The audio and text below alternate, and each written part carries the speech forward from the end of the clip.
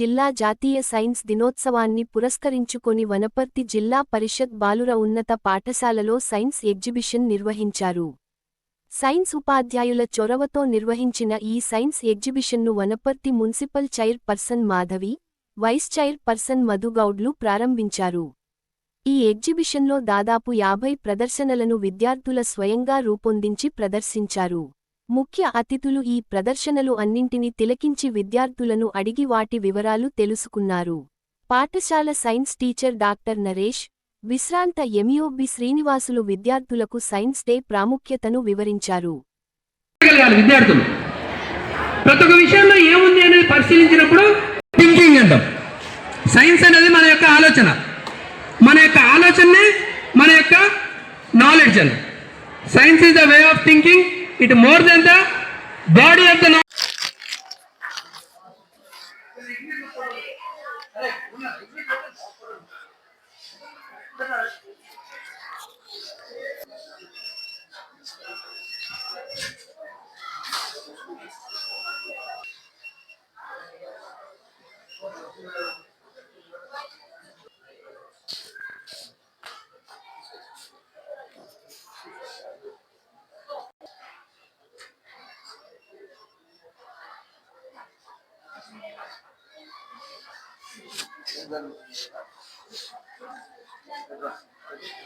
Municipal Wanaparthy municipal మొట్టమొదటిగా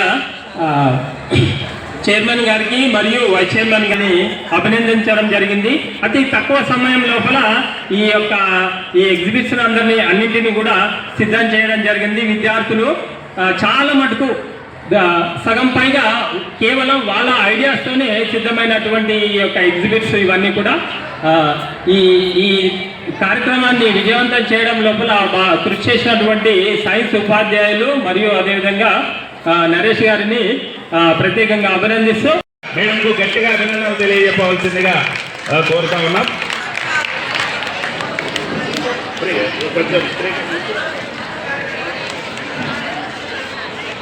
అదేవిధంగా vice chairman, అదేవిధంగా స్థానిక కౌన్సిలర్ శారదా బ్రహ్మం గారిని కూడా మేడం రాలేదు, అయినా కూడా అన్నగారు ఆ యొక్క చిరు సత్కారాన్ని స్వీకరించవలసిందిగా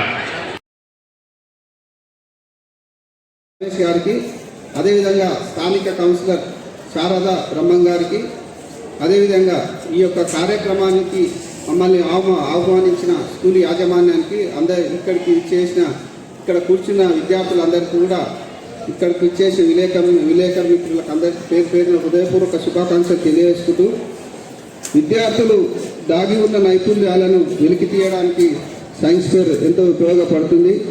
అదేవిధంగా భవిష్యత్తులో విద్యార్థులు ఉన్నత శిఖరాలకు చేరుకొని శాస్త్రవేత్తలుగా ఎదగాలి. సైన్స్ ఫేర్లో శాస్త్రీయ పద్ధతిని ఉపయోగించి విద్యార్థులు కొత్త విషయాలను అన్వేషించాలి. ప్రతి ఒక్క విద్యార్థి వారిలో ఉన్న సృజనాత్మకతను పెంచుకుంటూ శాస్త్రీయ దృక్పథంతో పాటు అన్ని విషయాలను మెరుగుపరచుకోవాలి. అదేవిధంగా మనం చదువుతో పాటు సైన్స్ను కూడా ప్రధానోపాధ్యాయులు, ఉపాధ్యాయులు మరియు విద్యార్థులకు ఈ సైన్స్ డే సందర్భంగా మీ అందరికీ హృదయపూర్వక శుభాకాంక్షలు.